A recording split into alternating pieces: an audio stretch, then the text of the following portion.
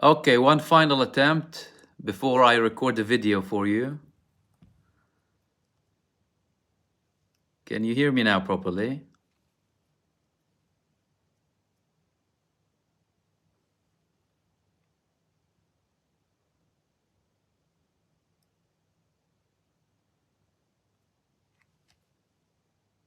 Can everybody hear me? Well, I can hear myself here, so it looks like... Okay, cool. If the sound does go away at any point, we will stop it. I'll record the video, I'll publish it. Because obviously I can't keep you on for too long. Thank you very much. Our moderator, thank you so much for helping focus on any potential, obviously, comments and stuff like that. Although only subs and members can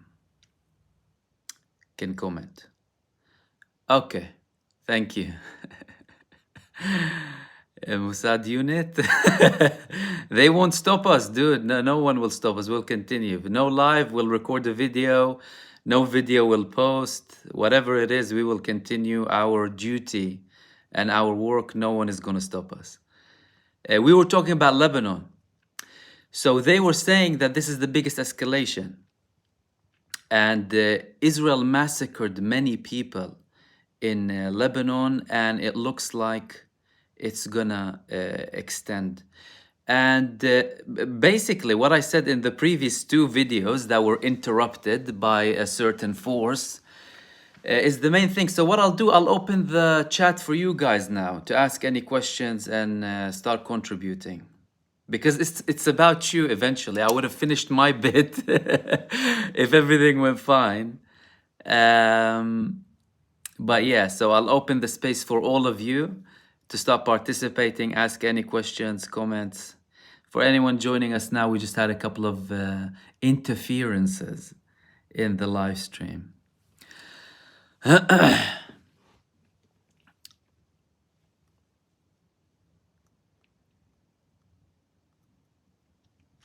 Yemen, Yajiba, thank you for your membership. They are still escalating a lot. They're not stopping. And they're training on attacking Egyptian settlements, actually. So it doesn't look like they're going anywhere. 10 Sid, that's one very important question. Do you think Egypt will enter the war if the Palestinians are displaced from Rafah? To Egypt, yes, they will enter the war, because to them that's a red line. And today Erdogan was there. He's selling them UAVs. He's taking it really seriously, the Egyptian president.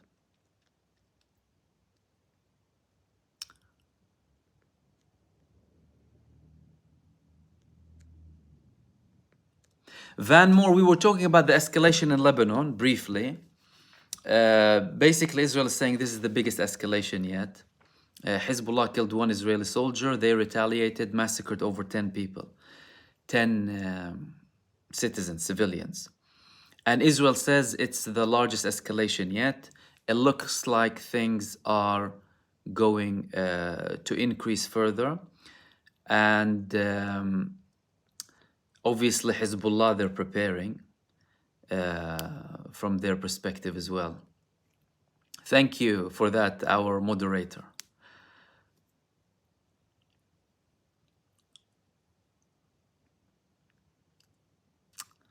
Okay. Ritter seems to think Egypt won't... Look, when we said about Egypt, when we spoke about Egypt, at the end of the day, it needs to have interference with their national borders, with their national territories, and with a threat to them directly. Now, they obviously didn't want this from the beginning. They already said that we don't want Israel to carry out an operation. They prevented the expulsion of the Palestinian people based on what Israel wanted. Don't forget that. So although they haven't taken, obviously, military action, it doesn't mean they haven't taken any action that stopped the Israeli interference. And that's why Israel is not happy with them. That's why they're criticizing Egypt so much.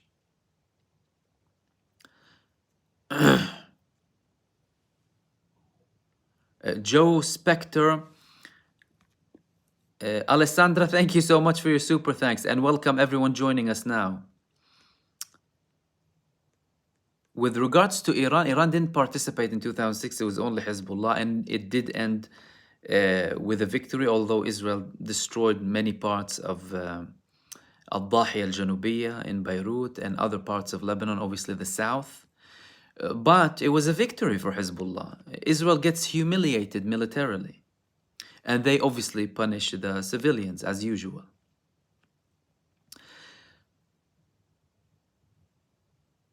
Faye Diborio, do you think Egypt and Turkish war with Israel? Look, they're having a strategic partnership now. So, IG to me, thank you so much. Thank you for your kind super thanks. Alhamdulillah as-salama. Well, finally the audio is working, unless we get interrupted again. But hey, we're persistent people, don't worry. If it stops here, we'll go somewhere else. Do not worry, we're continuing. And thank you so much. I really appreciate that. So Egypt and Turkey, they established a strategic council. And Turkey is selling them advanced UAVs. Clearly, they know where the wind is blowing. Escalation. Benjamin Netanyahu is leading Israel into doomsday. And previous heads of the Israeli intelligence are saying that. And clearly, they have to prepare. They can't leave anything till the last second.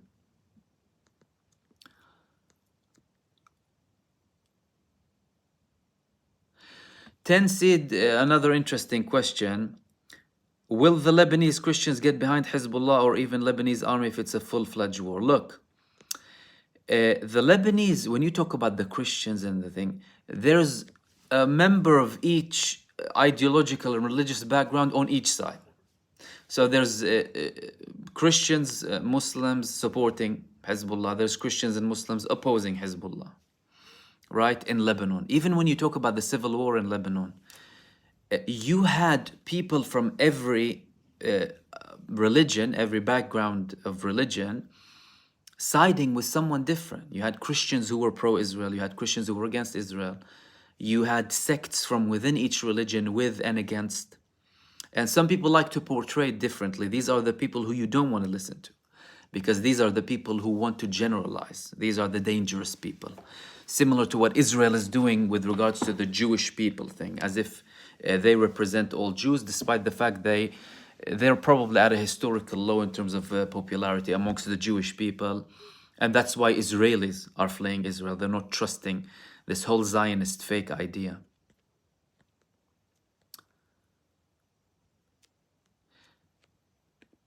Zaid Sayed, in your opinion, Egypt, Sisi, will they still ship Gaza to Europe? I don't think they will do that, no.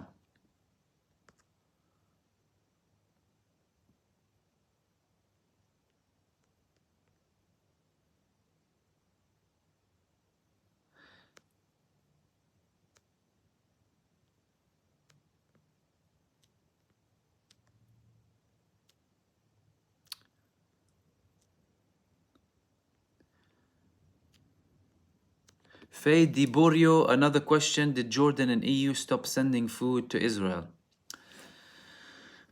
No, the EU is still supporting. Jordan, obviously, we heard that they still have this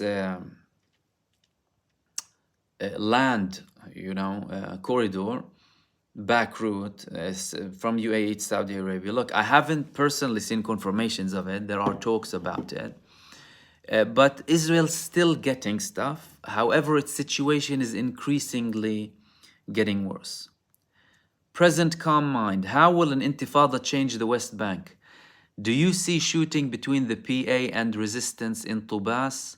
Love you, Mahmoud. Great work. Love you too, all of you. Thank you so much for your dedication and for your patience as well with all of the interruptions that we have. Listen, an all-out intifada is a little bit complicated in the West Bank because you have the security services of Mahmoud Abbas, the Palestinian Authority. They're totally with Israel. And that's a problem. And when it comes to resistance hubs, there's still very much resistance hubs in the West Bank. But when you have an authority that's collaborative with Israel, it makes it more difficult. Whereas, for example, Hamas, they cleansed Gaza from traitors before they went on this war, right? But the West Bank, you have an authority siding with Israel, so it's difficult to make it reach that level. John Doe, thank you so much for your super thanks. I really appreciate it. Thank you very, very much. Muslim River told me Rumble is good. Yes, but see, there's a couple of things. Rumble, number one, YouTube stopped syncing with Rumble. Usually all of my videos from YouTube were going to Rumble. Clearly, there's something going on there where YouTube doesn't want to sync it to Rumble. From my perspective, what you need to understand, all of you, everyone listening to me, if something happens to YouTube, you will know where I will be posting from my website. I'm gonna stay around. You'll see from my X account, you'll see from my website, you'll see somewhere, and we will keep going. No one is gonna stop us. Don't worry about anything. But obviously, with regards to constantly producing content, I'd rather focus my energy on a certain platform so that people have continuity. And obviously, you don't want to diversify energies too much. But if something happens here, I'll pop up out of somewhere else, as long as we're alive and breathing. Brahim, alhamdulillah as-salam, Allah yasalmak habibi. Shining to Sweden, you're shining to here too. Brahim is one of our dedicated subscribers. And Francis Fitzgerald, thank you so much for your supers. Thank all of you. The pugilist, sorry if I mispronounced it, American tax dollars, exactly. This is where your tax money goes, unfortunately. Jihad Elaidi, thank you very, very much. So kind of you. And I love that icon, by the way. Thank you very, very much. Really appreciate all of your super thanks. Mahdi said Hariri is doing some dirty jobs in Lebanon. Look, Hariri is traditionally affiliated with Saudi Arabia. Saying that, you know, they know the power dynamics when it comes to Lebanon. At the end of the day, Hezbollah, because they were freed from this, establishment, obviously by the backing of Iran too, they were able to reach a level where they can be so, you know, well-equipped militarily and financially. What he's trying to do, obviously, you know, you take everything with suspicion, but I mean, Hezbollah is playing really, they're balancing things as much as possible. That's why they didn't go to an all-out war with Israel. They didn't want to give them an excuse to do to Beirut what they did to Gaza, even though Israel, trust me, they're bloodthirsty and they want to do it. Hopefully we won't reach that stage and we will reach an agreement, you know. Something we constantly call for, because the solution is political. It's very simple. The dismantling of apartheid and the implementation of equality, where everyone can live in peace in one country. Palestinians, Israelis, Jews, Christians, Muslims, Arabs, non-Arabs, atheists, agnostics, everyone. But obviously, the Zionist movement doesn't want that. They obviously want what they call the Jewish supremacy, which won't work. It's something that's proven that it's not going to work. The Palestinian people are not going to give up their rights, are they? We're not going to give up our rights. And it's a failed ideology. I mean, how can you establish an ideology in the 21st century that's based on racial and religious supremacy? But fact of the matter is it exists, and you need to remember it has an extension. It has an extension in the United States, the enabler, the great enabler. It has an extension in the UK, the problem creator. It has an extension in multiple parts of the world. And that's the problem. And that's why people are waking up to this and standing up against their governments, because they're complicit in what's happening. People are coming and talking. You're seeing me talking here. You're seeing things on social media, live from the ground in Gaza, from many people who dedicate their lives to bring you the image. And they're asking themselves, hold on a second, why am I not seeing this? Why am I not seeing this on live mainstream media? But tens of thousands of people dying. Why? Why not? Children, 12,000 children. Why am I not seeing these headlines? What's happening? It's because they're an extension to the regime that exists in Israel. That's why. And people are waking up to this.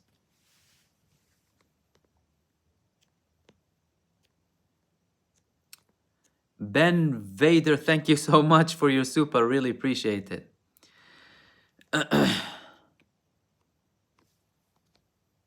And Debbie, thank you so much for your super thanks.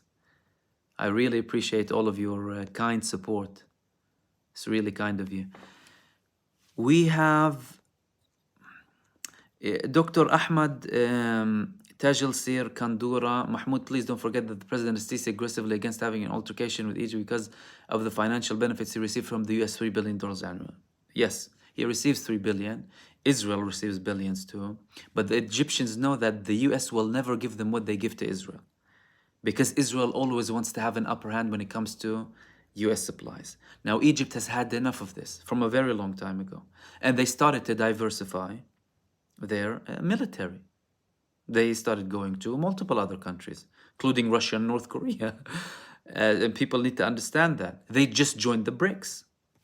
They joined the BRICS alongside several other countries. You have Ethiopia, you have UAE and Iran, if I'm not mistaken. They only joined in January. So these things are significant. People need to understand that there's a shift going on. Exactly like I said, Egypt, UAE, Iran, Ethiopia, they were added to the BRICS last month. So you're having an increased front against US hegemony. And that's why Egypt is very careful with what it's doing, because they know people want an excuse to blow them up.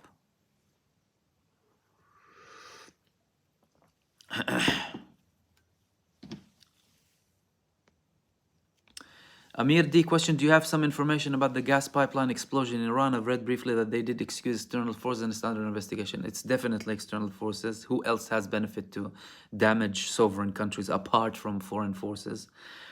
Right? They've been demonizing Iran for so many years and protecting a genocidal satanic death cult, despite all of what they're doing. But dude, they bombed the pipeline, Nord Stream pipeline. Who bombed it? The US bombed it. So are we surprised that they're going and attacking Iran? Nothing surprising there whatsoever.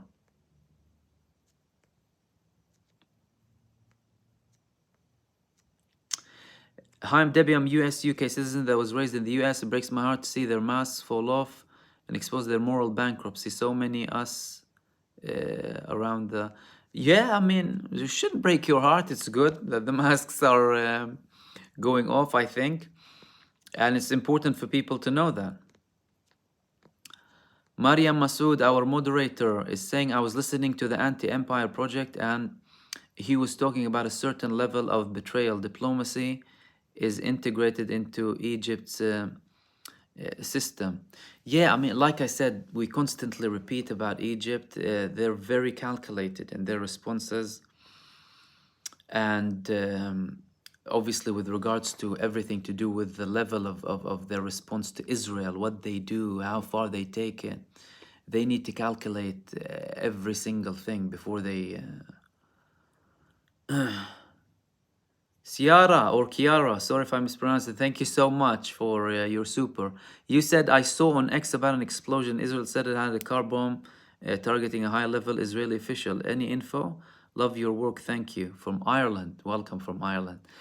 I didn't hear that. What I did hear, unless it just happened just now, what I did hear is that there were explosion sounds in Haifa, my native city, probably from Lebanon. But Israel said they were it's like resonated from their air jets. There was no landing, but they previously covered up landings, so that could be something else.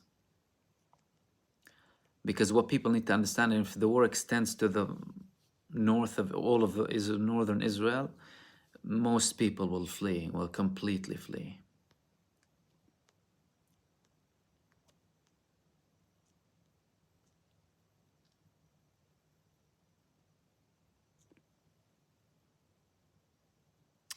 Amy Parker, you're right. You're talking about a high gate security because they're preparing for the worst. They did another gated area in the Egyptian Rafah, because there's the Palestinian Rafah and there's the Egyptian Rafah. They did so on the Egyptian part because they're prepared that something might happen. So they obviously need to be prepared. But the talk now, apparently Israel's proposing that they create even more tents to the eastern part of Rafah so that they can carry out their supposed operation. Why? So you can send the Palestinians to the sea later on? It's obnoxious that these things are acceptable.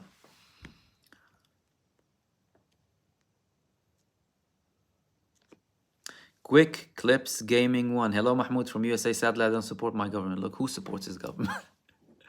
I mean, most of them are corrupt. Name me a good government that's been doing something good in this genocide. Very, very few. I mean, in Europe, you know, some countries are less bad than others. The US, what people need to understand, the United States is the big enabler. And I mean, many cases, it's worse than Israel. Like I said it a couple of times, like you have a warden who has a key to a violent psychopath in a room. They open that door for them and give them another key to a massive ammunition room, and they tell them, go ahead, go do as you wish. Who's worse? Do you know what I mean? The enabler in many ways. We know that Israel acts in psychopathy. You know what I mean? In a lunacy. We know that. But who's enabling them? Who's supporting them? Wesley, good evening from Atlanta, Georgia. Welcome. Omar C. Assalamu alaikum. Andrew Johnson, the resistance is strong everywhere. Jordan is an interesting case study. Yeah, they are in most parts of Gaza, really. They are very, very strong. But again, that's why Israel punishes the population. They get hit badly militarily. They go and kill civilians. And they boast about it. They're soldiers in social media. They boast about it. Killing people left, right, and center. Imagine.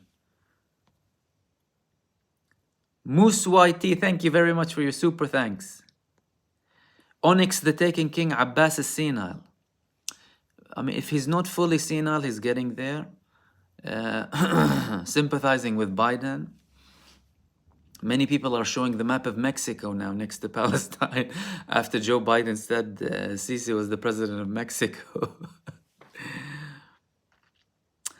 A foreign object. Thank you for your super thanks very much. Salam, perhaps the technical, this is what you said, Salam, perhaps the technical issues are because the cowardice Zionists fear honesty and integrity.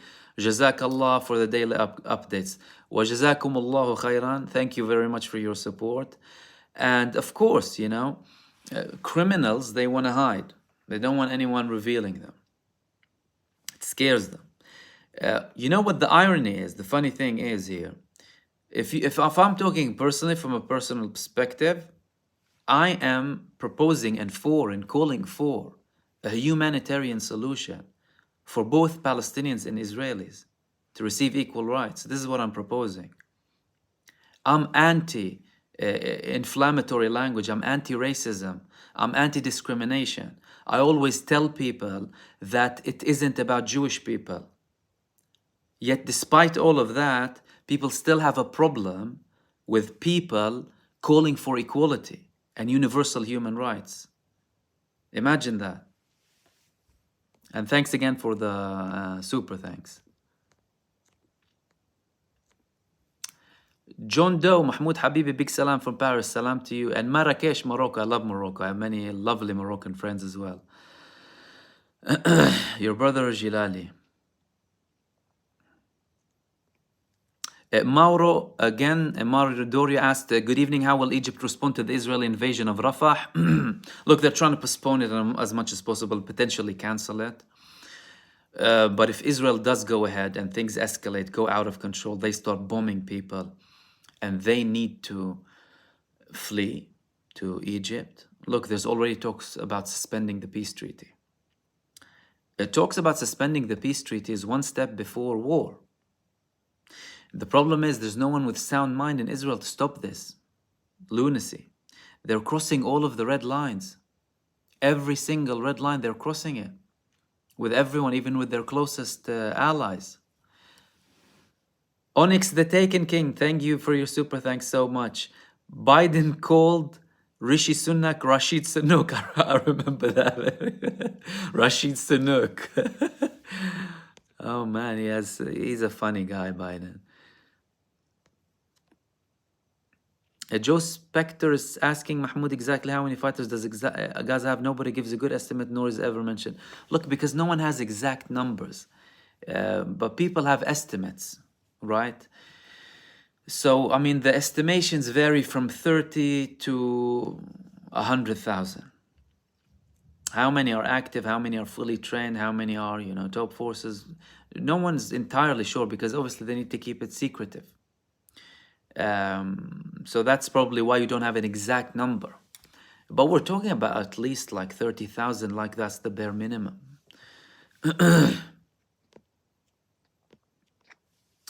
Onyx the Taken King, Twitch. Listen, if there's a problem with my live streams on YouTube, I will find another platform for live streams. I'll keep posting videos on YouTube, and I will find another platform for live streams, and I will tell all of you. And I obviously report any issues to YouTube. And obviously their support team, they usually deal with things very, very quickly. If it persists, obviously I'm persistent. I'll keep trying. I don't care how many people, how many attempts. They can try forever. I'll keep at it. Don't worry. But push comes to shove, it's completely unreliable. Either Twitch or I'll see how Rumble is with live streams, for example, because I need to get accustomed to their platform. Anywhere. Something will happen. Don't worry.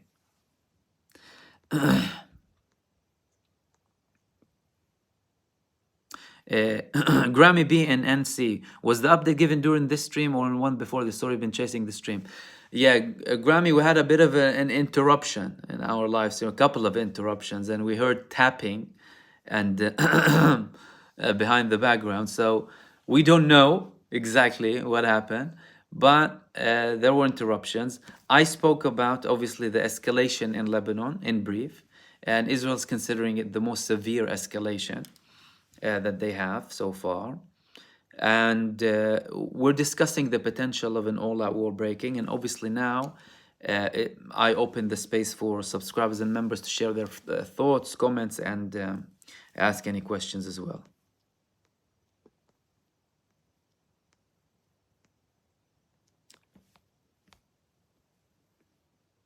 Francis, if I didn't thank you so much for your super thanks. And Ricardo Hernandez, thank you very much for your super thanks. I really appreciate it.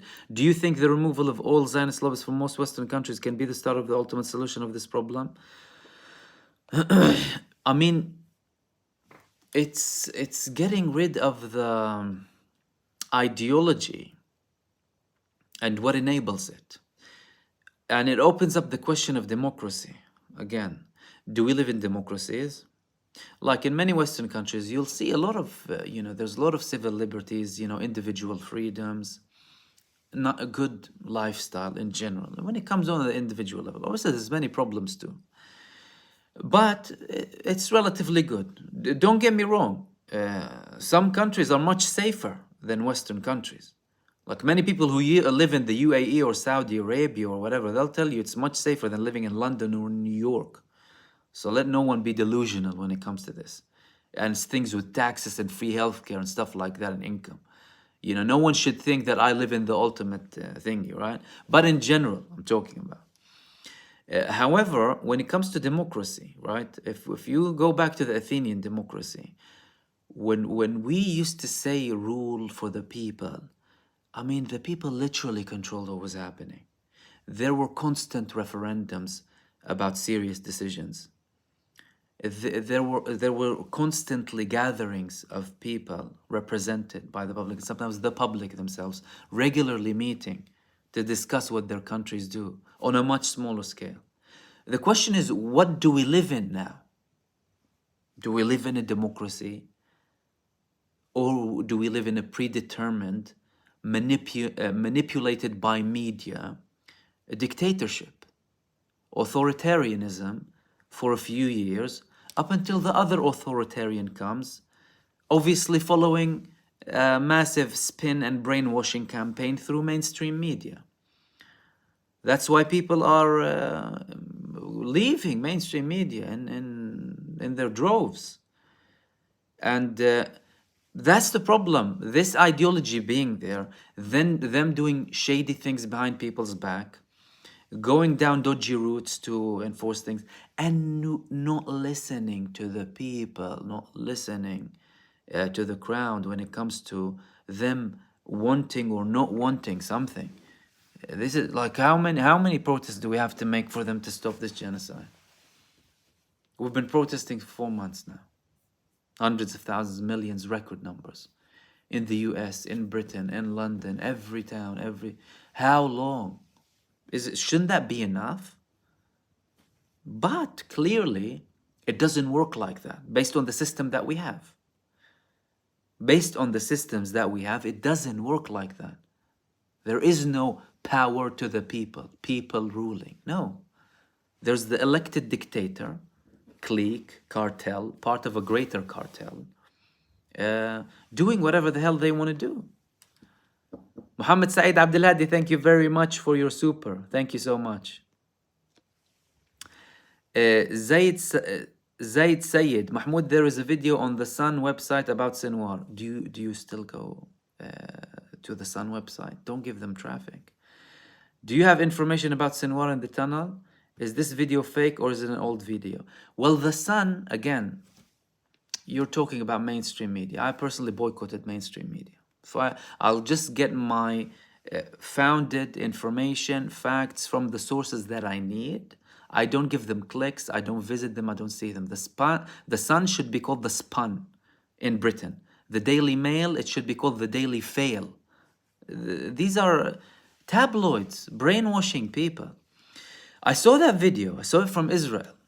Question is, this video, again, is being released by pathological liars. By pathological liars, by a genocidal satanic death cult. Why on earth should I believe it? As far as I'm concerned, it could be fake. It could be there from a century ago. Don't believe them. Don't believe them unless proven otherwise. They proved that they manipulate. They plant evidence. You know how many people they used to kill regularly in the West Bank and throw a knife next to them after they assassinate them? No one hears about them unless there's an outrage. Killing disabled people. There was an autistic boy a few years ago. He was so scared from the police, he ran away from them. They shot him. And only after there was an outrage, if things came to the headlines. This is what they do.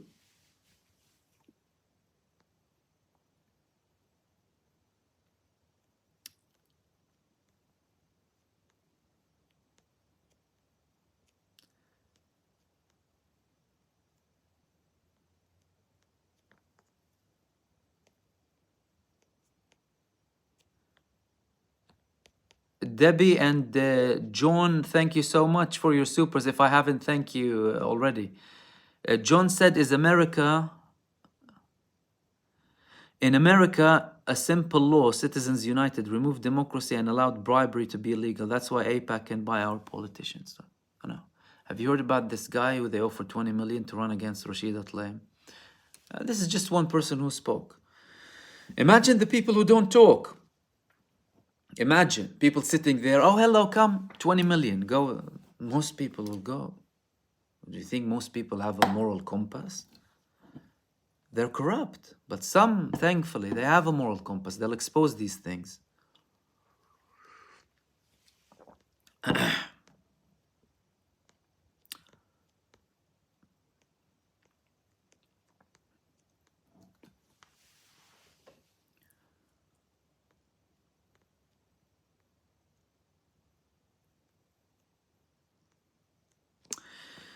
They said that video is from October the 10th.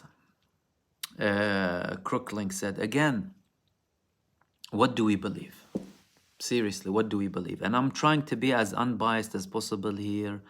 I read Israeli media every single day. I follow Israeli officials every single day from their sources directly. You know, you hear people from the military intelligence community, and some of them have way more sense than others, to be fair. Yesterday, I spoke about the previous head of the Mossad, who a person who has more, you know, reasonableness than others in Israel. But in terms of officially, you're like, who are you gonna trust, really? You saw what they did with Al-Shifa when they planted evidence. They planted AK-47s from the street next to an MRI machine, right? I wonder if they activated their MRI to see what happened to that MG over there, if it gets stuck in someone's wherever it is.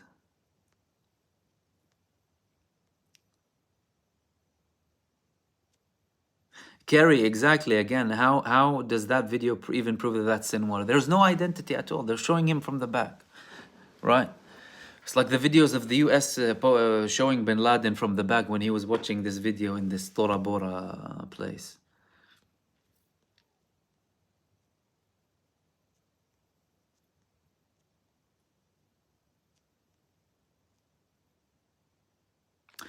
Jihad Elaidi said the question was the update on the resistance fighting. They're still fighting. Today they released videos, and clearly they still have freedom of movement in multiple parts of Gaza. And thank you for your super thanks, by the way, Jihad. And Muhammad Alami, wow, thank you so much, man. Really, thank you very, very much for your super thanks. Really, you guys are so amazing. I really, really appreciate it. Thank you very much.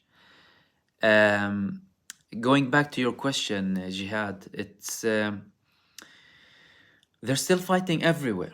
And again, you know, Israel admitted 2 days after they had this ambush in Khan Yunis, following which they did what they did with the massacre in Rafah, by the way. Everywhere, north, south, central, and that's 4.5 months in almost. What kind of military campaign is this? Destroying 50-60% of residential houses and making everyone refugees? What kind of a military campaign is this? It just highlights the hidden agenda behind this whole campaign. Ethnically cleansing Gaza. This is what they want. They want to ethnically cleanse Gaza. This is what they want to do. And some of them are saying it outright. And, you know, and the resistance, they're fighting them till the end. And what would anyone do if anyone is doing that to them? And many people, you know, when they talk about the 7th of October, and I have been talking about this since the 7th of October, by the way. Some people were like, you know, in the beginning scared and reluctant. I'm like, hold on a second, you know. Firstly, we found out the lies from Israel, right? They massacred their own people in the Nova Festival. They targeted the people in Be'eri. Israelis who were there from the first day when they went out on live television, they were saying these things. People who killed due to crossfire, our army was hitting us, and then Israel published images. But with regards to the Palestinian resistance taking action against an occupier, who are the people of Gaza? On the 6th of October, who were the people of Gaza? 75% refugees, 82% rely on foreign aid for food. Most of them don't know where their next meal is coming from. Many houses are uninhabitable. People who are under 17 years old, they never saw anything but Gaza in their life. And 3/4 of them are refugees from the occupied Palestine just next to their border that they're not allowed to go back to their homes because there's a supremacist state next to them. These are the people of Gaza. Who are the leaders of Hamas? People who witnessed massacres when they were young. These are the people. Rantisi or all of them. They were young kids. Their families butchered in front of their eyes. These are the people of Gaza before this war. And look what happened beforehand in Gaza. Look what's happening to the people. But now everyone's waking up to this more.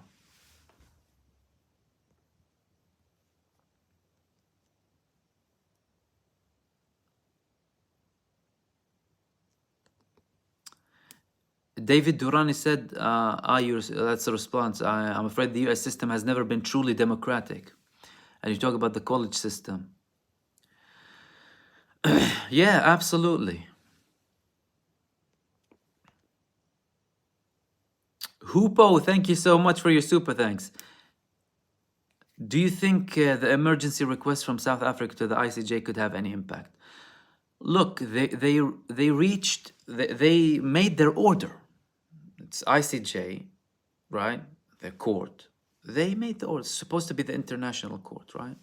But remember, it's an organ of the UN. It's the judicial organ of the UN. And remember who established the UN? The United States, post World War II, as a soft hand to reach where the US can't directly reach. 3 weeks on, 3,000 Palestinians dead. Is Israel taking any advice from them to stop the genocidal acts that Israel is signed to?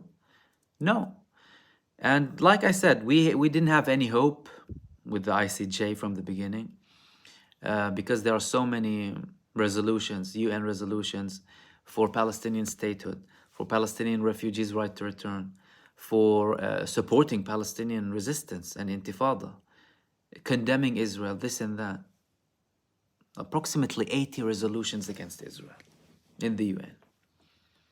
But what can you do when you live in a world where it's run by power? I mean, in many ways,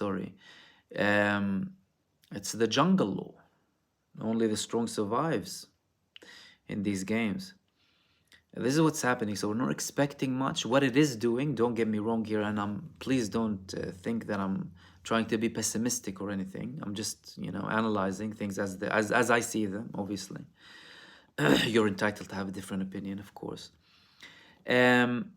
What the effect that it is having is it's deterring other countries. This is what the ICJ ruling is doing. So the Netherlands stopped selling, for example, parts of the F-35. You have Japan. Other countries reluctant, right? Because they know they might have implications on them.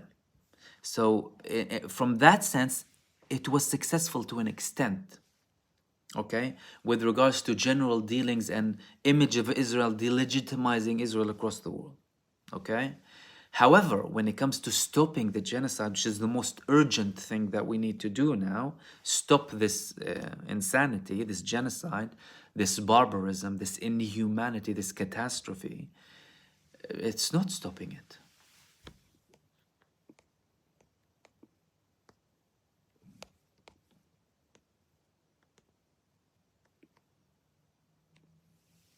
Cat sense cartels in suits. That's it. And cartels are in many ways more merciful than them. How many, we talk about cartels. Firstly, they support many criminal cartels in Latin America, the US. If you read up of the history about Latin America, read books for people like Noam Chomsky, for example, about Latin America. He's a good historian. You'll know what they did to Latin America. But they're worse than cartels in many ways. Far worse. Munzir Shihab, will Israel destroy South Lebanon? Look, I hope we don't reach a stage. I hope we don't reach that stage. But if an all-out war breaks out, they will bombard South Lebanon a lot, and we've had a lot of destruction today. And but they will also bomb Beirut, because they would want to bomb more highly concentrated areas, because they want to kill as many civilians as possible, like what they did in Gaza. They want the number of civilians dead to be as high as possible. Why? Because they're a genocidal, satanic death cult. That's what they are. Saiful Nur, I hope this war ends before Ramadan. Inshallah, I hope so too. But Israel in many times started wars on Ramadan and in Eid. Deliberately, by the way. It's as if Satan was in action. Time, why Saudi is quiet? Interesting question. Obviously, many people ask that. Look, I think the US administration put a lot of pressure on Saudi Arabia after they did the oil embargo in 1973. And they potentially put in some measures where that thing cannot be repeated again. And obviously, the Saudi regime, they have their own right argument to how they do things, why they don't do it, or whatever it is. And don't forget that when the Saudi state was established, they also confirmed to the British, who are splitting the responsibility of the Middle East and North Africa between them and the French. That's why you had the Sykes-Picot Agreement. If you read up about it when you have time, if you'd like, where the British and the French met, and they split the region, who controls what. So the French took the northern part of Palestine to like Lebanon, Syria. That's why you see lots of French involvement now in what's happening in Lebanon rather than other countries, right? And Britain took the southern part, and they obviously split responsibility with Saudi Arabia and Jordan and stuff like that. So there's a famous letter from one of the founders of the Saudi state that I'll tell you for the thousandth time. We confirm that we agree to give the Jews a state in Palestine. A very famous letter. So they had that from the beginning. That's why there isn't really much. As a matter of fact, to the contrary, in Saudi media, you'll see people talking badly about the resistance and giving religious justification about how the resistance is wrong, and even buying the Zionist narrative about Israel belonging to Israelis, basically. How they call it, historical Palestine belongs to the Israelis. Not the Israelis, the historical Israelis, these people, the Zionists who came from Europe, the colonialists. This belongs to them.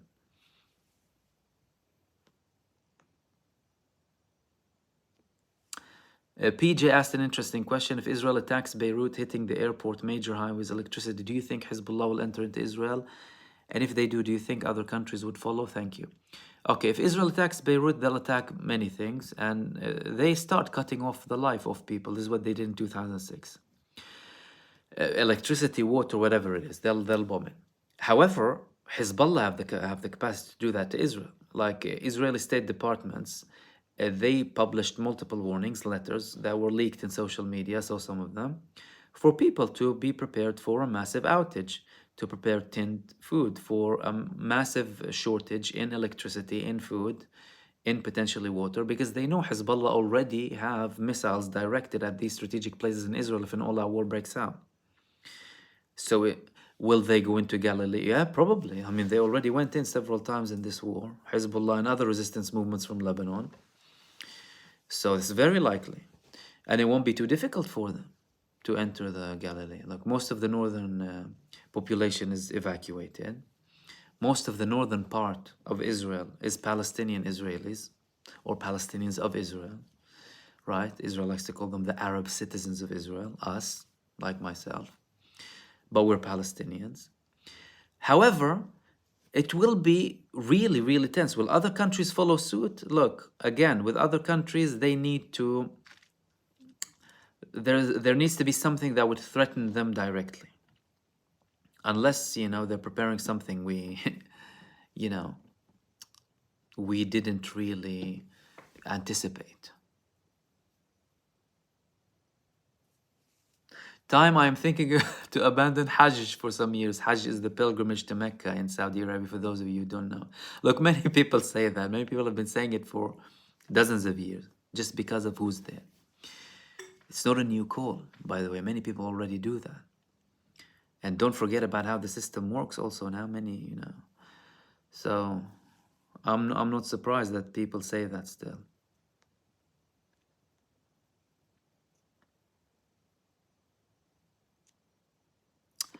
David Durrani, what makes you think Piers Morgan parting ways, being sacked from his show? Funny one. Since this genocide began, I contacted Piers Morgan multiple times. I hardly had any subscribers on YouTube. I had about 450 subscribers in November. I was bombarding him on X, on social media, to get my perspective out. No response. I posted a video about him and his bias when it came to this. Listen, was he sacked or was he not sacked? That's an interesting question. He clearly had his own conflict when it comes to this. Did he reach a stage where he started annoying people for some of his views, or did he have an internal change where he realized he's a puppet for his masters and he isn't able to go out of that narrative? Is that the question? It could be either. And will he be honest about it? We don't know. He was previously left, Good Morning Britain, right? And he had, views that were not really mainstream previously. But when it came to this genocide, everyone who was even remotely supportive of Israel's right to defend itself was humiliated. What do you mean, right to defend myself? And they was repeating constantly the 7th of October barbaric attack, 7th of October barbaric attack, as if they were robots being handed a script, repeating it. That's what they were. You're not talking about like free journalists and uncensored and all of that nonsense. Talk TV belongs to what? The Rupert Murdoch dynasty. Who's Rupert Murdoch? The man who brought us the Iraq war, the Afghanistan war, who led Britain to Brexit and manipulated and fooled people to buy. Well, that's Rupert Murdoch. You know? You can say that he brought like Palestinian side on the show or whatever, but again, the Palestinian side was getting more views, right? Who was listening to the Israeli side? Who was listening to the Israeli ambassador, for example? Or were they believing them? People could see that they're pathological lies from the beginning. Yusra Nasser, what about Marwan Barghouthi? He's being moved to solitary confinement because he was planning third intifada. Can he do so from jail?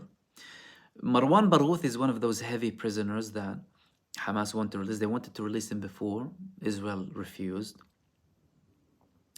If you ask me personally, my worry with like Palestinian prisoners who are iconic is that Israel would assassinate them before a deal. That's the main worry, because they already assassinate prisoners, and it's within they are able to do it, and there's a risk they will.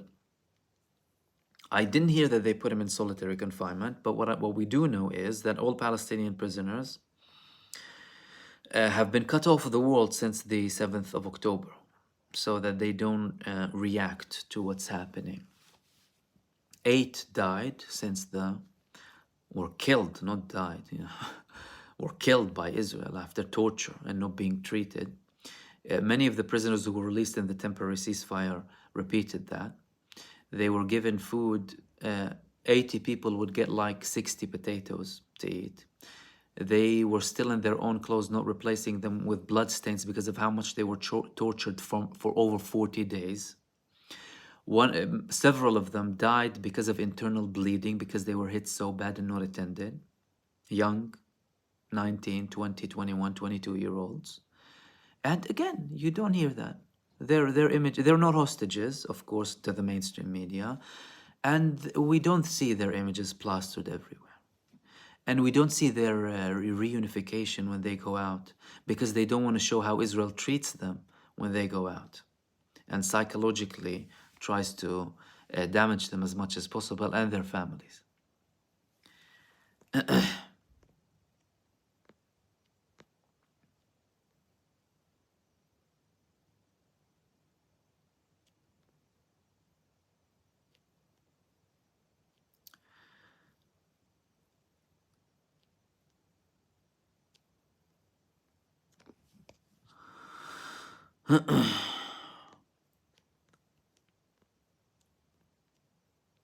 Cat sense Israel level force be like Sinware.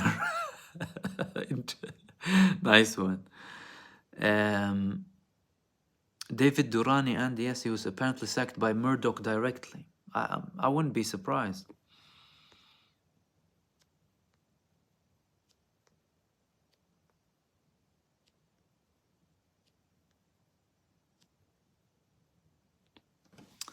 Why doesn't Mahmoud talk about the Egyptian buffer zone construction? There are Twitter. I already spoke about it. I spoke about it yesterday. And today, previously, we spoke about it too.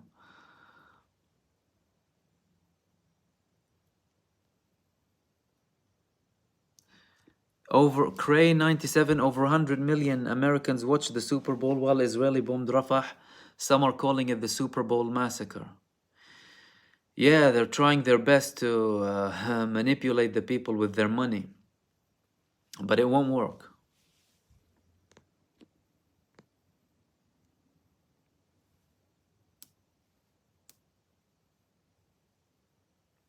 Eddie said, "Hi Mahmoud, how about flying medicine with drone from Egypt to the Palestine hospital thank and people thank for your work and efforts." Thank you. First, to thank you for tuning in and your kind support. You know, what you do is no less work, really. I know I'm out there speaking, but you guys are amazing. I mean, you know, you're constantly engaging with these things. Many of you post stuff regularly, so dedicated, and you're doing a great work.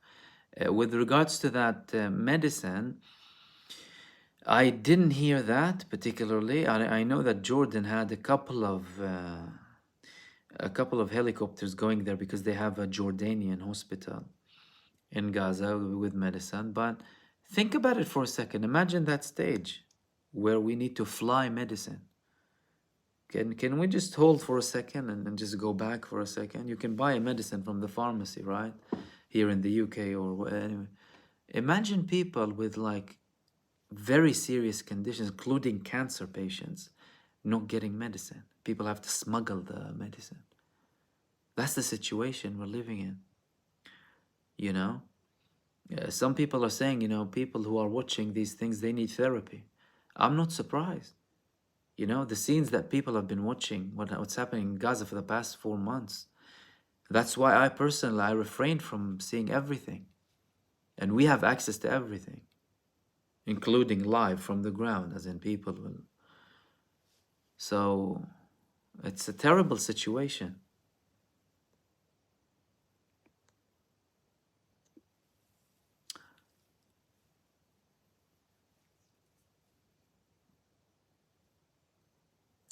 Real Madrid asked a question.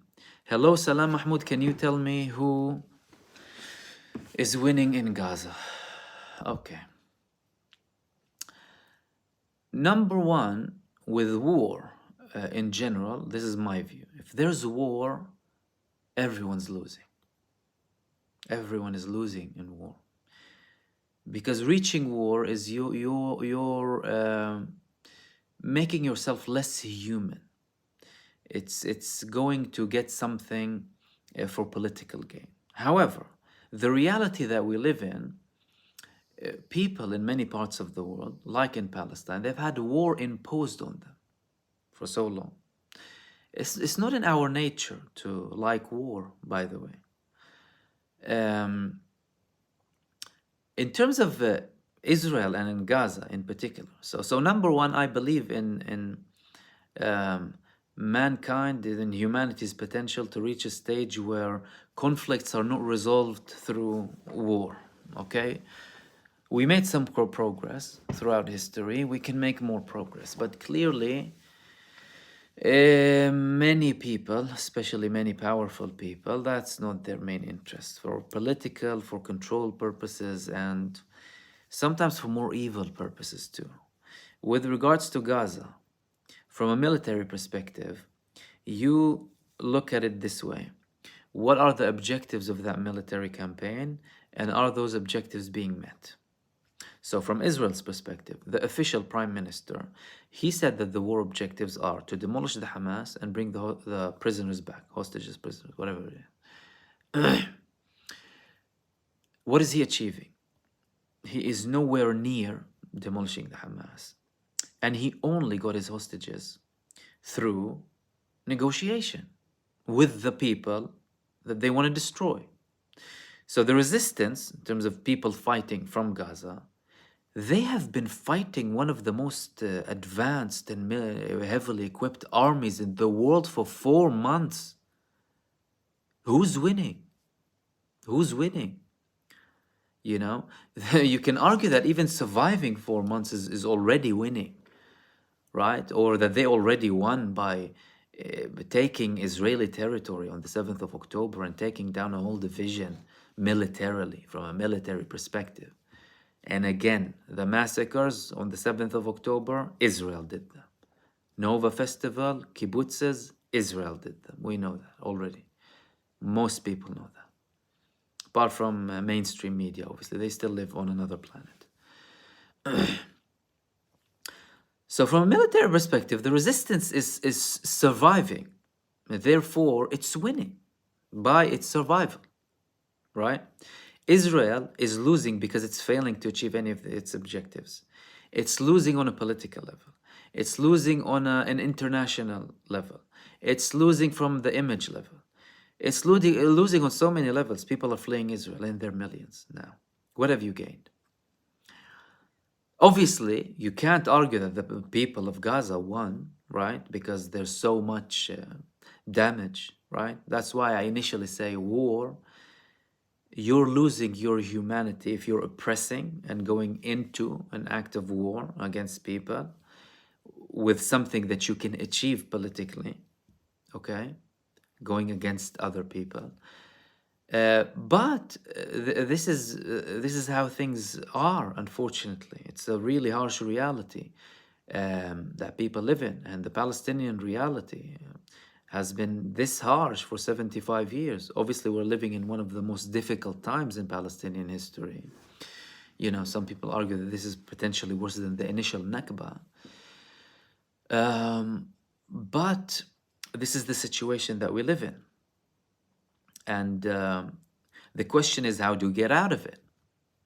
You get out of it by people on both sides having reasonableness, right? We can talk to reach a solution. That reasonableness is not existing in Israel. It hasn't existed for a very long time now, according to many Israelis as well, by the way. Like the majority of Israelis don't trust their leadership now. What is that signaling? Most Israelis who are Zionists, right? And many of them who want supremacy, not supporting their person who's running the show, running this war. What does that tell you? That they're losing.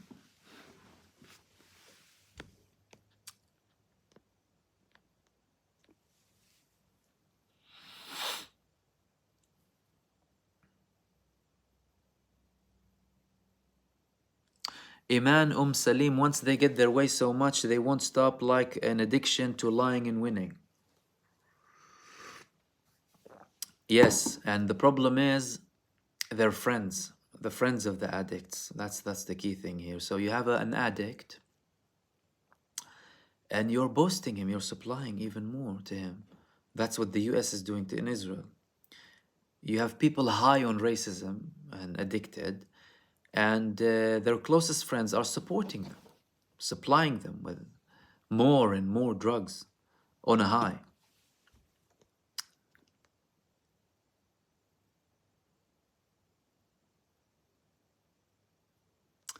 Anas Bil Shihab, was it possible that Netanyahu deliberately ignored warnings about the 7th of October? They had propaganda videos readily available, rapidly available. Look, they're, you know, Israel in terms of propaganda, right? They spend lots of money. They sell themselves to the world. They've always been active. Otherwise, how can they sustain their existence on such a lie? With regards to the 7th of October, there were a couple of warnings before. Did Israel know exactly what's going to happen? Did they know the scale? Probably not. Were there a couple of warnings? Yes, there were warnings. I mean, from Israeli security services. Some people said there were warnings. I mean, we had reports that there was a soldier, a female soldier, alerting its commander on the 6th of October of suspicious movements, and her reporting was ignored. That's just one report.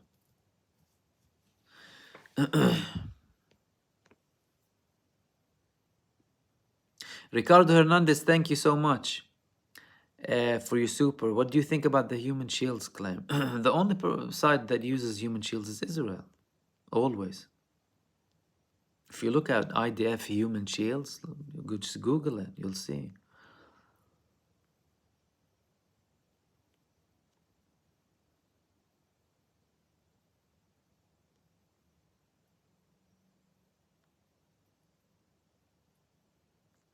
Hamid Sadiqi, maybe it's time to think about what the Iranian leaders told us about Israel and US for 40 years. Yeah, like, many people knew that too.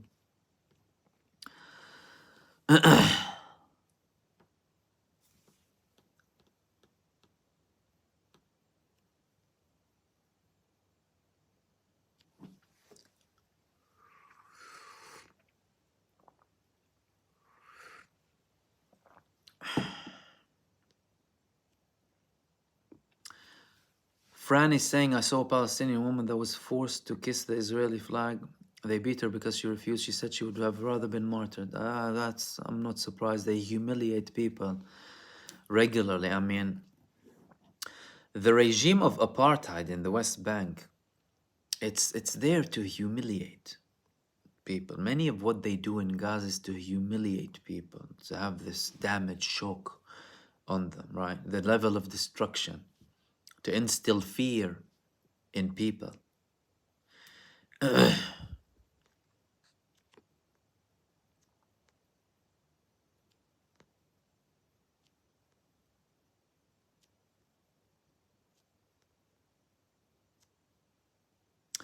Mariam Masood, our moderator, you're doing a great job, by the way. Thank you so much.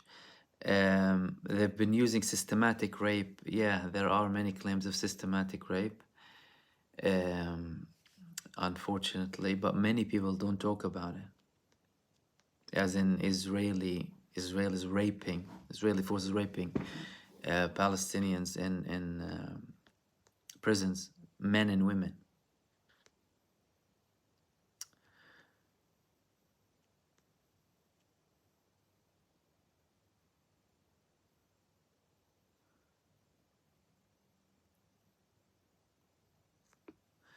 Debbie, what more can we do? We protest to deaf ears. There has to be more the masses can do. Look, ongoing activism is very important. Talking and raising awareness is very important. And I mean, what everyone, so I get like similar comments regularly. What people need to know is their limited capability, right? What powers do you have? What can you actually do? Write a list. Literally, sit down, write what can I do, and start brainstorming with yourself. Sit down. What can I do to? When you write these things down, you'll start to know what you can actually do, and then you can look at them. Okay, is that possible? Do I have time for this? Do I have time for that? Like you would do with like other tasks and stuff. And then when you do them, great job. That's it. What else can we do?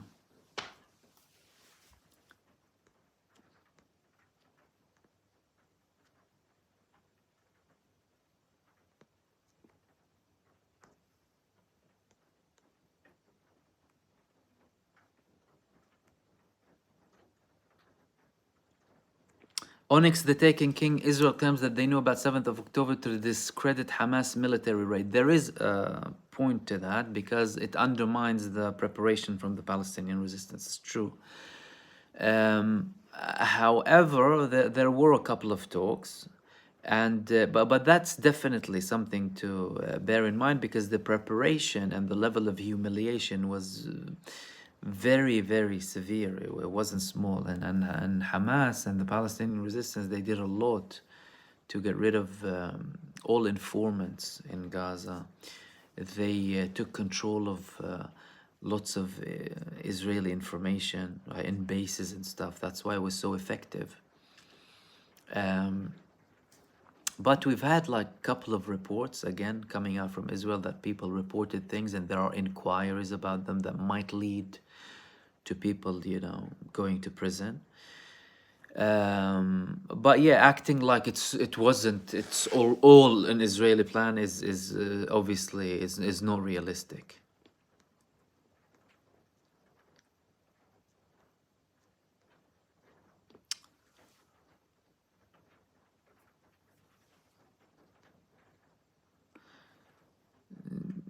DL Sendero, solidarity with the Palestinian and their struggle for liberation. Thank you.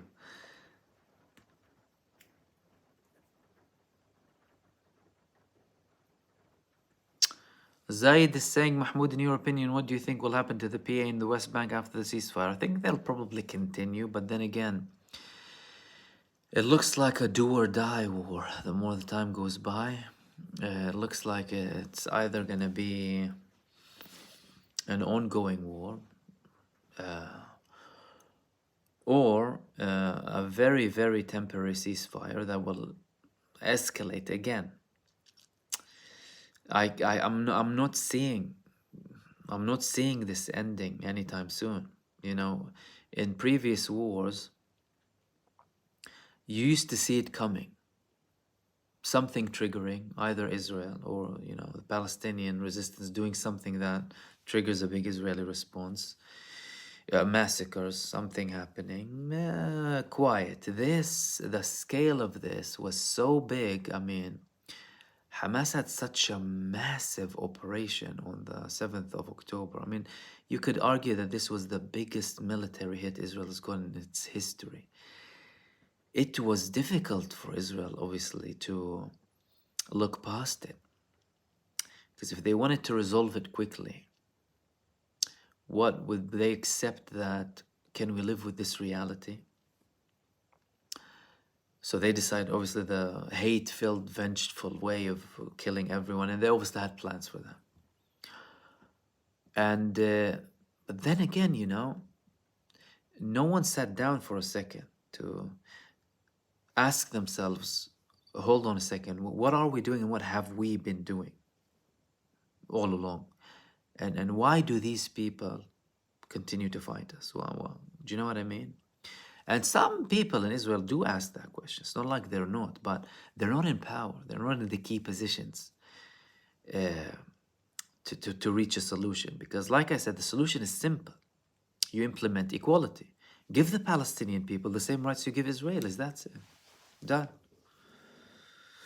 You allow Jews to come to Israel, allow Palestinians to come to Israel. They're refugees. You force them out of their home. Allow them to go back.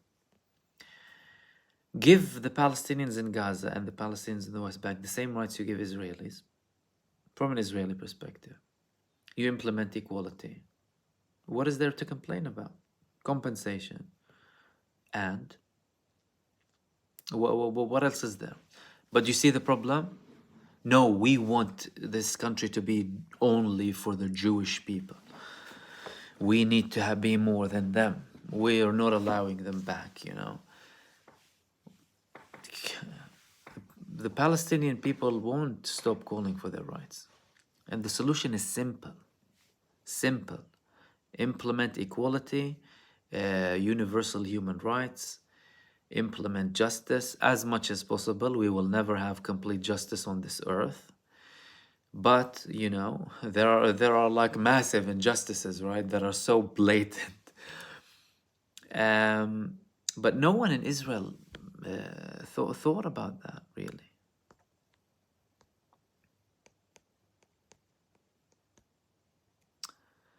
Lily M, thank you so much. In Hawaii, all races, all religions live together peacefully. That's a great, that's the way to go. Munzir Shihab, thank you very much for your super thanks as well. Very, very kind of you and all of you who are supporting. Thank you so much. Let's see where we reach with your question.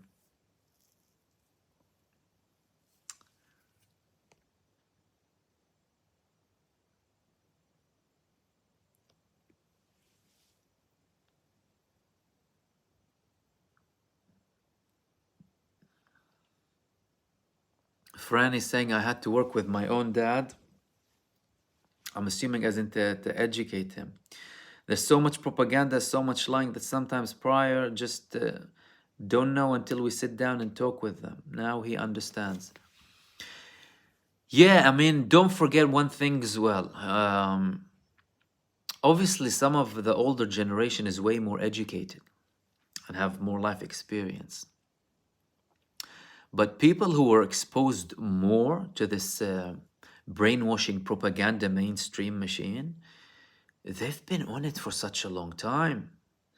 You know, I mean, bring me a 20, 30-year-old now. Many people in their 80s now don't watch mainstream television.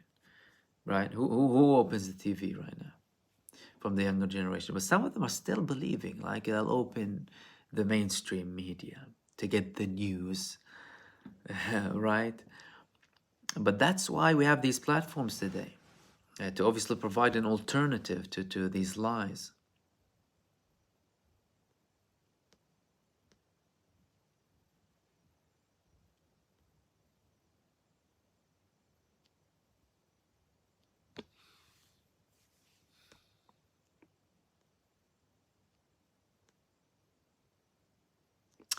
Mazbuh Diwar, hi Mahmoud, can we expect help from Egypt to Gaza?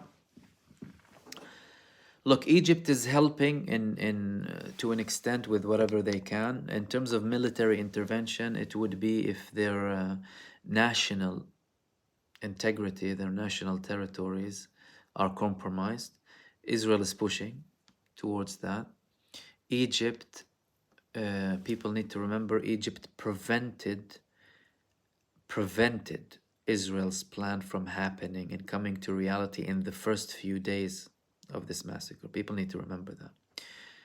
Egypt was asked to open the borders to allow an influx of Palestinians. If Palestinians did that during the initial bombardment, Egypt opened everything and they went, Israel would have closed the border and completely annihilated the whole cause of Gaza.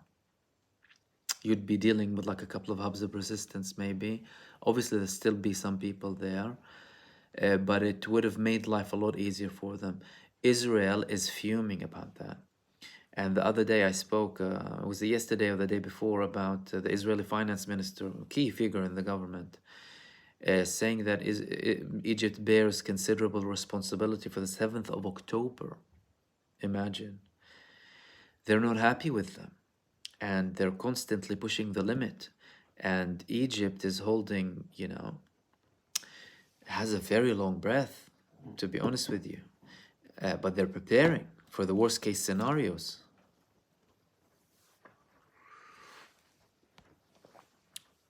Dane Nashbar, thank you very much for that beautiful sticker. Is that me?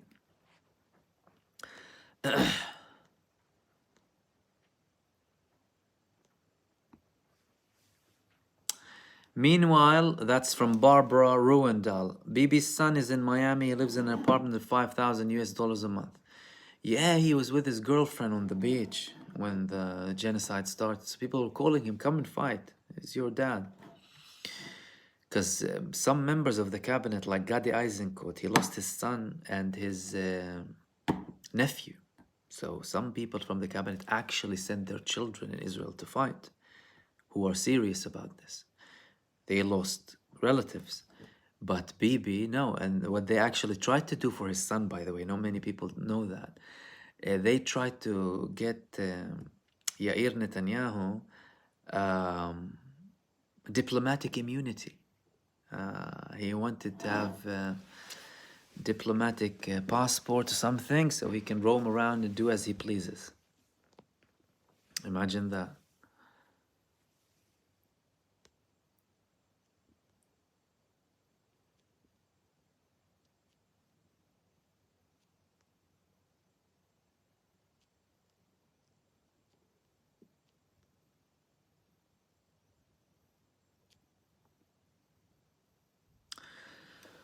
Arcanakist, this was the biggest military failing since Spartacus's uprising in ancient Rome. It was a big, big humiliation. It was a massive humiliation. Red Gorilla, thank you. Salam, Red Gorilla saying, Salam Mahmoud, thank you for your bravery and highlighted daily. Justice will prevail and look forward to days when...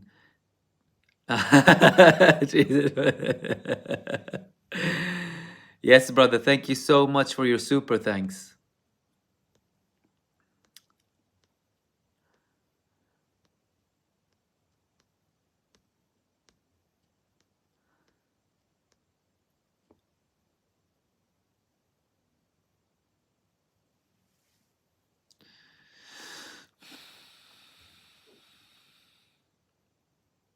Zaid Said, Jazakallah khair Mahmoud wa iyaakum, brother. Thank you so much.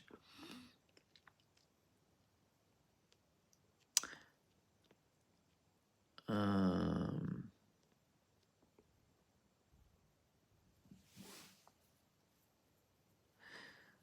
our moderator Mariam is saying, it's interesting, the ideology of supremacy is similar here in Australia today. The ethnic cleansing of indigenous here is silently ongoing. Interesting.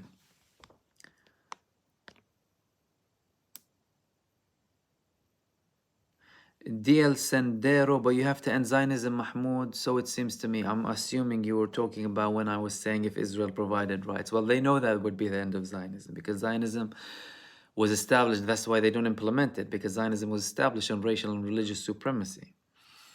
But that's why it's such a failed ideology. How can you have an ideology based on racial and religious supremacy? How can you have that? You know, people were banging on about like radical Muslim ideologies for so long, right? And there are definitely radical Muslim ideologies similar to how there were and are Christian radical ideologies and atheist radical ideologies. What about this ideology with the state? Do you know what I mean? Where's all the talk about that?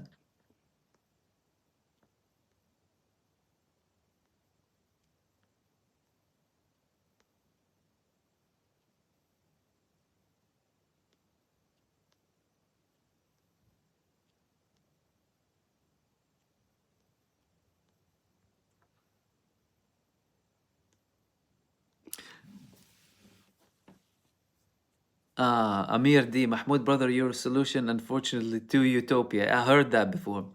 To be honest, the solution is us or them. The question is them who want to be part of us, who want can live and go the ancestral home. Well, but that's the thing, that's the argument here. If you have an equality, and I'll get to the utopia in a second. If you get to equality, if people are not happy with it, yeah, they can go everywhere else. From as far as I'm concerned, go to an island and implement supremacy on you and your friends. That's simple. If you're fine living equally as other citizens, fine, of course. Regarding the utopia, many things we enjoy today were considered utopia. 8-hour working days. I know it's not the case with every industry, but 8-hour working days, women's rights, women voting, free healthcare in many countries, you know, having a roof on top of your head, not fearing that you might be killed any second. Many of these things and idea, ending slavery. America had civil wars over ending slavery because people wanted to end slavery. That wasn't just utopic. That was like, hell no, I'm fighting you to. Do you understand? So let's not think that good ideas are utopic just because they sound too good. Many ideas sounded good, too good previously, but now we enjoy them, like the examples that I stated. But you obviously countered it with the question, who want to be part of us, part of a human community. We're all human beings, we're all equal, you know, even from a religious perspective, like Allah subhanahu wa ta'ala says in the Quran, وَلَقَدْ كَرَّمْنَا بِنِي Adam. We have dignified mankind, sons of Adam, all of them. He didn't restrict it to Muslims, he didn't restrict it to another race. وَجَعَلْنَاكُمْ شُعُوبًا وَقَبَائِلَ لِتَعَارَفُوا. We made you tribes and people so you can get to know one another. إِنَّ أَكْرَمَكُمْ عِنْدَ اللَّهِ أَتْقَاكُمْ. The most noble of you in the eyes of God, of Allah, is the most righteous of you, pious of you. That's humanity. People, we need to have equality as human beings. Yet you still have people to this day living on this facade delusion of supremacy.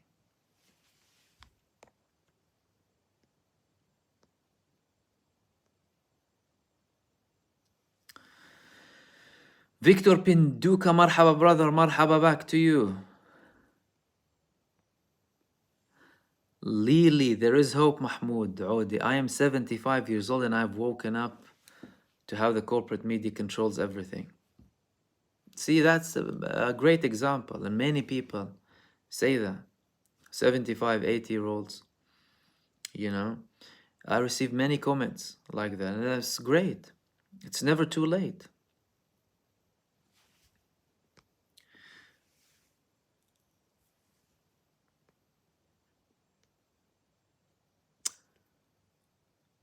In echo, greetings, Mahmoud from California. Greeting back to you.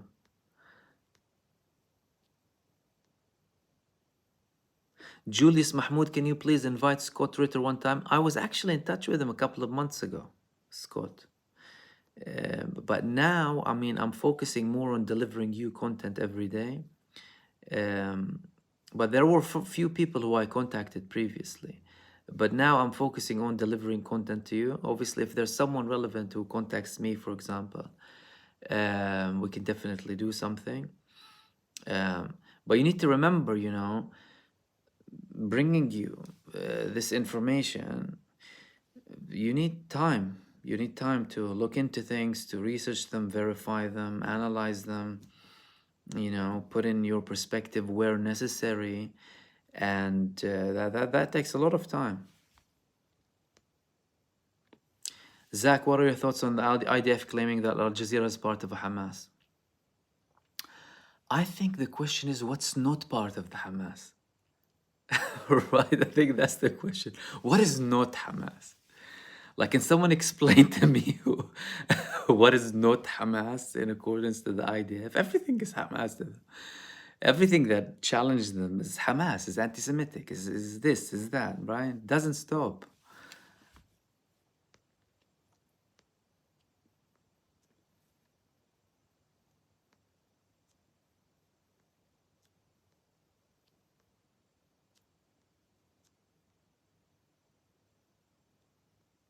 Khalid, thank you so much. Khalid Razak for your super. Okay, let's just get one more thing. Let me scroll through everything before we finish. And again, apologies for the delay of the initial technical glitches or visits that we had.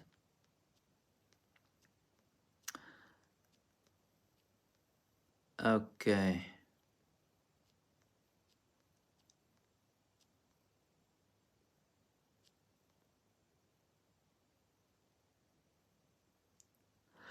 CatSense, and for the real time and breaking news, you are here at Mahmoud Audi in the right place. Thank you.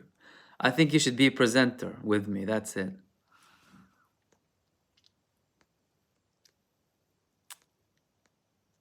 Alex Khouri, thank you so much for your super.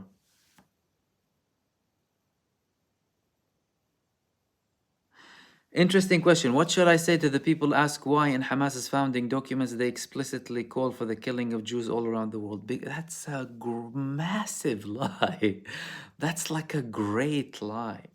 And obviously, the Hamas charter isn't translated in many places, but some platforms translated. I think MEE, Middle East Eye, translated one of them. Hamas's charter, if you read clauses 16 and 17 of Hamas's charter, they'll tell you we don't have problem with Jews because of Jews. We have a problem with occupying oppressive Zionism. They didn't even just say Zionism, because Zionism can be misinterpreted and detached from the ideology of political Zionism, like love for the land of Israel, for example, which no one would have a problem with unless it carried out a violent political ideology that was oppressing people. That's Hamas. Hamas never had a problem with Jews. If Hamas is on a mission to kill all of Jews across the world, couldn't they have killed more people when they raided the? Why did they leave people?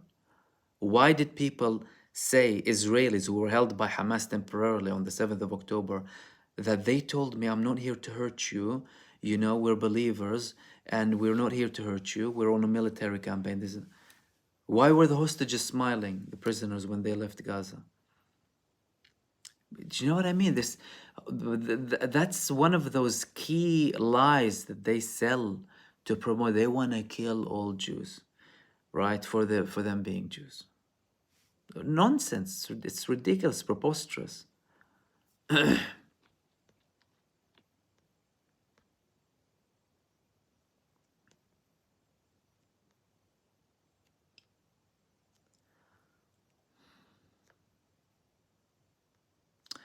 Donna Caulfield, I admire your patience. Thank you. We have to be patient, right?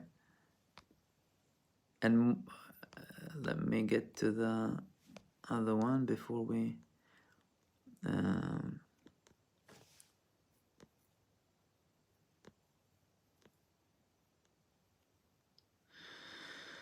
okay. Azad, thank you very much. If I haven't thanked you for your super thanks, and all of you and all of contribution, obviously everyone in this live stream watching and participating.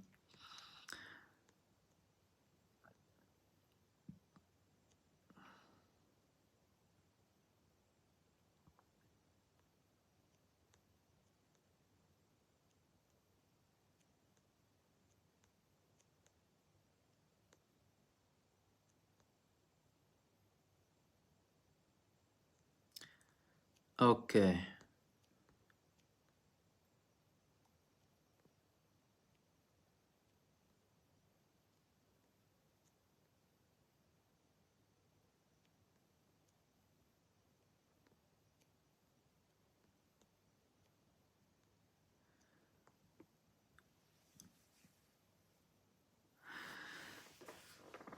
Beautiful. Our moderator, Maria Masoud, is suggesting I can try and make a list of questions next time, Mahmoud. Yeah, we could do that. But you've done a great work today. Thank you so much. Really. And I think we'll end it there. We've been together for approximately 2 hours now with our initial interruptions. Thank you very much for all of you who have been patient enough to move to the new live stream. And like I said, we will keep going on with live streams, whether some people like it or not. We will continue. I promise you. Thank you very much for your patience and for joining me and for your contributions, and massive thanks to everyone sending super thanks. I really, really appreciate it. And I will hopefully see you tomorrow. God bless all of you. Thank you very much, and enjoy the rest of your evening or day or night. And see you soon in the next video. Take care, guys. Bye.